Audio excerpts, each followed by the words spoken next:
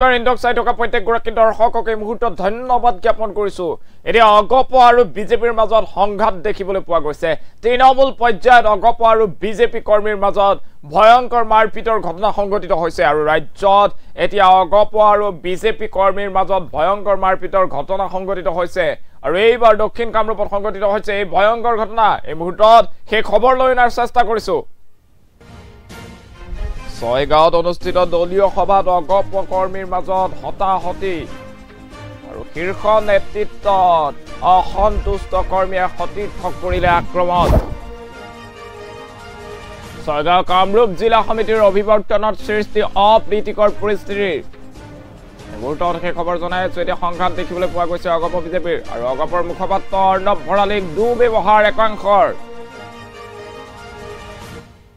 মাৰপিটৰ পিছতে দুখ জাপি দিলে কংগ্ৰেছক আৰু এই ঘটনা সংঘটিত হৈছে। আমি পুনৰ জনাই আছো কংগ্ৰেছক পিটন দিবলৈ সাজু হৈছে অগপ নেতৃত্ব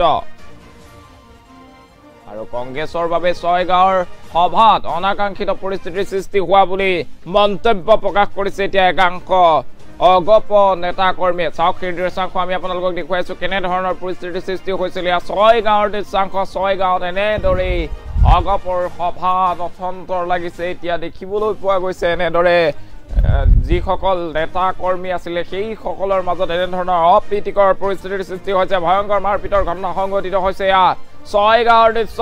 ছয়গাঁৱত এনেদৰে জিলা অভিৱৰ্তনত ভয়ংকৰ ঘটনা সংঘটিত হৈছে। এতিয়া তৃণমূল পৰ্যায়ত অগপ বিজেপিৰ মাজত এনেধৰণৰ সংঘাত দেখিবলৈ পোৱা গৈছে।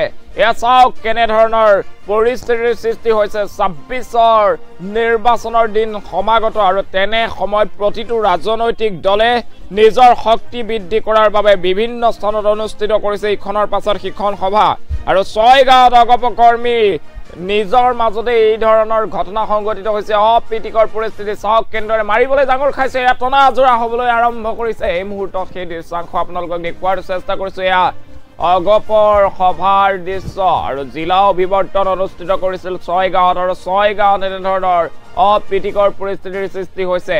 এয়া চাওক কেনেদৰে ইজনে আনজনক মাৰিবলৈ চোচা লৈছে। ছয়গাঁৱৰ দলীয় সভাত অগপ কৰ্মীৰ মাজত হতাহতি। এয়া চাওক কেনেধৰণৰ ঘটনা সংঘটিত হৈছে আৰু অগপৰ মুখপাত্ৰ অৰ্ণৱ ভৰালী উপস্থিত আছিল। অৰ্ণৱ ভৰালীকো দুৰ্ব্যৱহাৰ কৰিছে একাংশ লোকে। এয়া চাওক ২৬ৰ পূৰ্বে এতিয়া দেখিবলৈ পোৱা গৈছে তৃণমূলত এনেদৰে অগপ কৰ্মীৰ হতাহতি মাৰপিটৰ ঘটনা সংঘটিত হৈছে। ছয়গাঁৱত অভিৱৰ্তন আছিল অগপৰ আৰু সেই অভিৱৰ্তনতে এনেধৰণৰ পৰিস্থিতিৰ সৃষ্টি হৈছে। আগন্তুক ২৬ৰ নিৰ্বাচনলৈ প্ৰতিটো ৰাজনৈতিক দল সংগঠন সাজু হোৱাৰ সময়তে এতিয়া অগপ দলৰ নিজৰ মাজতে দেখিবলৈ পোৱা গৈছে এনেধৰণৰ বিভেদ মতানৈক্য আৰু মাৰপিটৰ ঘটনা সংঘটিত হৈছে। ছয়গাঁৱৰ ভয়ংকৰ ঘটনা। এই মুহূৰ্তত সেই খবৰ আপোনালোকক দেখুওৱাৰ চেষ্টা কৰিছো। চাওক কি ভয়ংকৰ দৃশ্য আৰু তাৰ পাছতেই এই ঘটনা সংঘটিত হোৱাৰ পাছতেই একাংশ এতিয়া অগপ কৰ্মীয়ে নিজৰ দুখ গুচাবলৈ মন্তব্য কৰিছে যে সভাখনত অনাকাংক্ষিত পৰিস্থিতিৰ আঁৰত আছিল কংগ্ৰেছ দলৰ কৰ্মীক পিটিবলৈ সাজু হৈছে অগপ নেতৃত্ব। এই মুহূৰ্তত চাওক কেনেদৰে টনা আজোৰা কৰিছে। জ্যেষ্ঠ নেতা উপস্থিত আছে অগপৰ এই সভাখনত আৰু অগপৰ জ্যেষ্ঠ নেতা মুখপাত্ৰ অৰ্ণৱ ভৰালী আছে। অৰ্ণৱ ভৰালীৰ সন্মুখতে এনেদৰে আচলতে টনা আজোৰা হৈছে। অৰ্ণৱ ভৰালীক মাৰিবলৈ চোচা লৈছে। এয়া চাওক কেনেধৰণৰ অপ্ৰীতিকৰ ঘটনা।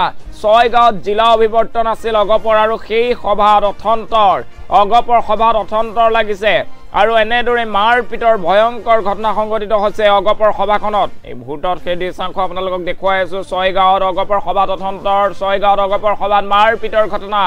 ভয়ংকৰ মাৰপিটৰ ঘটনা। তৃণমূল কৰ্মীৰ মাজতেই নিজৰ মাজতেই এনেদৰে ভয়ংকৰ মাৰপিটৰ ঘটনা সংঘটিত হৈছে।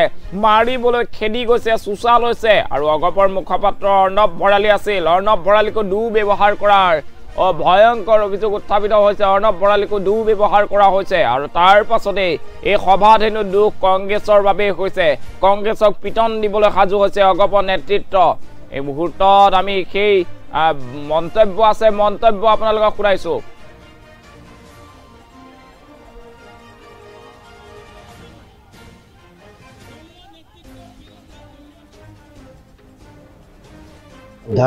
অগ্ৰজ অসম গণ পৰিষদ দলৰ সন্মানীয় সম্পাদক তথা দলৰ মুখপাত্ৰ অৰ্ণৱ ভৰালী ডাঙৰীয়াৰ ওপৰত এটা বৰ্বৰচিত আক্ৰমণৰ ঘটনা সংঘটিত হৈছে আৰু নেদেখাজনৰ কৃপাত তেখেত কুশলে আছে। গতিকে আমি তেখেতৰ দলীয় নেতৃত্বৰ নিৰ্দেশ মৰ্মে আমি তেখেতৰ খবৰ ল'বলৈ আহিছিলোঁ আৰু আমি এই ঘটনাক অতি তীব্ৰ আৰু কঠোৰ ভাষাৰে গৰিহণা দিছোঁ। চাওক, সভাখনত কোন আছিল কোন নাছিল সেইটো বস্তু বৰ এটা বেলেগ চেপ্টাৰ, কিন্তু আমি কওঁ যে এই গোটেই ঘটনাটোৰ আঁৰত এটা তৃতীয় পক্ষ জড়িত হৈ আছে। এই গোটেই ঘটনাটোৰ আঁৰত কংগ্ৰেছৰ কিছুসংখ্যক এজেণ্ট আৰু কিছুসংখ্যক অপশক্তি জড়িত হৈ আছে আৰু অসম যুৱ পৰিষদৰ কেন্দ্ৰীয় কাৰ্যকৰী সভাপতি হিচাপে যুৱ সমাজক প্ৰতিনিধিত্ব কৰি অসম যুৱ পৰিষদৰ তৰফৰ পৰা মই আপোনালোকৰ জৰিয়তে আজি তেওঁলোকক সেই সকলো অপশক্তিক আমি সকীয়াই দিব বিচাৰোঁ যে অসম গণ পৰিষদ দলৰ হওক বা যিকোনো ভাতৃভগ্নী সংগঠনৰ আমাৰ যিকোনো দলীয় নেতা কৰ্মীৰ ওপৰত এনেকুৱা ধৰণৰ ঘটনা যিকোনো অপশক্তি বা কংগ্ৰেছৰ এজেণ্টে যদি আজিৰ পৰা সংঘটিত কৰে তেনেহ'লে আমাৰ ফালৰ পৰা প্ৰত্যাক্ৰমণ হ'ব আৰু একদম আমাৰ অসমীয়া চিধা ভাষাত এইবাৰ তেওঁলোকক পিতা হ'ব। চাওক, এনেকুৱা ধৰণৰ অপশক্তি চাৰিওফালে গা কৰি উঠিব পাৰে। আজি আমি যিটো ঘটনাৰ আমি যিখিনি ভিডিঅ' ফুটেজ আমি দেখা পাইছোঁ, আজি আমাৰ শ্ৰদ্ধাৰ ডক্টৰ তপন দাস ডাঙৰীয়া অকণমান দেৰি আগতে কৈছে যে এখন ঘৰৰ ভিতৰৰ এজন ব্যক্তিয়ে নিজৰ ঘৰৰ দ্বিতীয় এজন সদস্যক এনেকুৱা ব্যৱহাৰ কেতিয়াও কৰিব নোৱাৰে। গতিকে সেয়া অপশক্তি আছিল। আমি কোন কোন অপশক্তি আছিল আমি নিশ্চয়কৈ তেওঁলোকক নিৰূপণ কৰিম আৰু আমি বিচাৰি উলিয়াম আৰু এইবাৰ আমাৰ ফালৰ পৰা প্ৰত্যাক্ৰমণ হ'ব। এইবাৰ দ্বিতীয়তে য'তেই এনেকুৱা ধৰণৰ ঘটনা এনেকুৱা ধৰণৰ অপশক্তিয়ে কৰিবলৈ চেষ্টা কৰিব তেতিয়াই আমাৰ ফালৰ পৰা একদম স্পষ্ট আৰু চিধা কথা আমিও তেওঁলোকক প্ৰত্যাক্ৰমণ কৰিম বা এইবাৰ পিটিম আৰু সেইটোৱেই কথা। চাওক, অপশক্তি বস্তুটোৰ ব্যাখ্যাটো দিয়াটো অকণমান কঠিন। অপশক্তি চাৰিওফালে থাকিব পাৰে। অপ বুলি যিটো কথা কোৱা হয় আমাৰ অসমীয়া ভাষাত অপশক্তিটো এটা ঋণাত্মক বস্তু বুজায়। গতিকে অপশক্তি বোলা যিটো এলিমেণ্ট সেইটো যিকোনো ঠাইতে থাকিব পাৰে। অপশক্তি আছে বুলি আমি মানিছোঁ। কিছুমান ঠাইত ক'ৰবাত কংগ্ৰেছৰ এজেণ্ট থাকিব পাৰে, কিছুমান ঠাইত অপশক্তি থাকিব পাৰে। অপশক্তি যিকোনো ঠাইতে থাকে। য'ত ভগৱানৰ বাহ থাকিব তাতে শয়তানো থাকিব। গতিকে এনেকুৱা ধৰণৰ অপশক্তিক নিৰ্মূল কৰিব লাগিব আৰু আমাৰ দলীয় নেতৃত্বই আমাৰ পৰম শ্ৰদ্ধাৰ সভাপতি অতুল বৰা ডাঙৰীয়া আৰু পৰম শ্ৰদ্ধাৰ কাৰ্যকৰী সভাপতি কেশৱ মহন্ত ডাঙৰীয়াৰ নেতৃত্বত আমি এইবাৰ সেই অপশক্তিসকলক আমি কঠোৰভাৱে নিৰ্মূল কৰিম বুলি আমি দৃঢ় বিশ্বাসী। আমি ভাবা নাই যে আমাৰ দলৰ কোনোবা প্ৰাক্তন বিধায়ক বা জ্যেষ্ঠ কোনোবা নেতাই অপশক্তিৰ ভূমিকা পালন কৰিছে বুলি আমি এইটো কেতিয়াও ভাবা নাই। কাৰণ অসম গণ পৰিষদ দল এটা পৰিয়ালৰ দৰে আৰু অসম গণ পৰিষদ দলৰ এটা নীতি আদৰ্শ আছে। আমি এটা আঞ্চলিকতাবাদৰ ধাৰাত বিশ্বাসী আমি এটা দল, অসমৰ আটাইতকৈ পুৰণি আৰু একমাত্ৰ আঞ্চলিক ৰাজনৈতিক দল। গতিকে আমাৰ মাজত এনেকুৱা খামখেয়ালি থাকিব পাৰে বুলি আমি ভাবা নাই। চাওক, সেই বিষয়ে আমি কোনো ধৰণৰ কথা এতিয়ালৈকে জ্ঞাত নহয়। যদি সেই বিষয়ে কিবা কথা জানিব পাৰোঁ, তেওঁলোক আমাৰ যথেষ্ট অগ্ৰজ, তেওঁলোক আমাৰ দলৰ ফালৰ পৰা বিধায়ক আছিলে, তেওঁলোক মন্ত্ৰী আছিলে। গতিকে তেনেকুৱা ধৰণৰ অগ্ৰজ ব্যক্তিৰ বিষয়ে কোৱাৰ আমাৰ স্পৰ্ধা আমি গোটাব নোৱাৰিম। গতিকে সেই বিষয়ে কিবা কোনো ধৰণৰ কথা আমি অৱগত নহয়। গতিকে কিবা থাকিলে এইটো নিশ্চয় আমাৰ দলীয় মেজত আমি সেই কথাটো নিশ্চয় পৰ্যালোচনা হ'ব আৰু এইটো নিশ্চয় আলোচনা কৰা হ'ব। চাওক,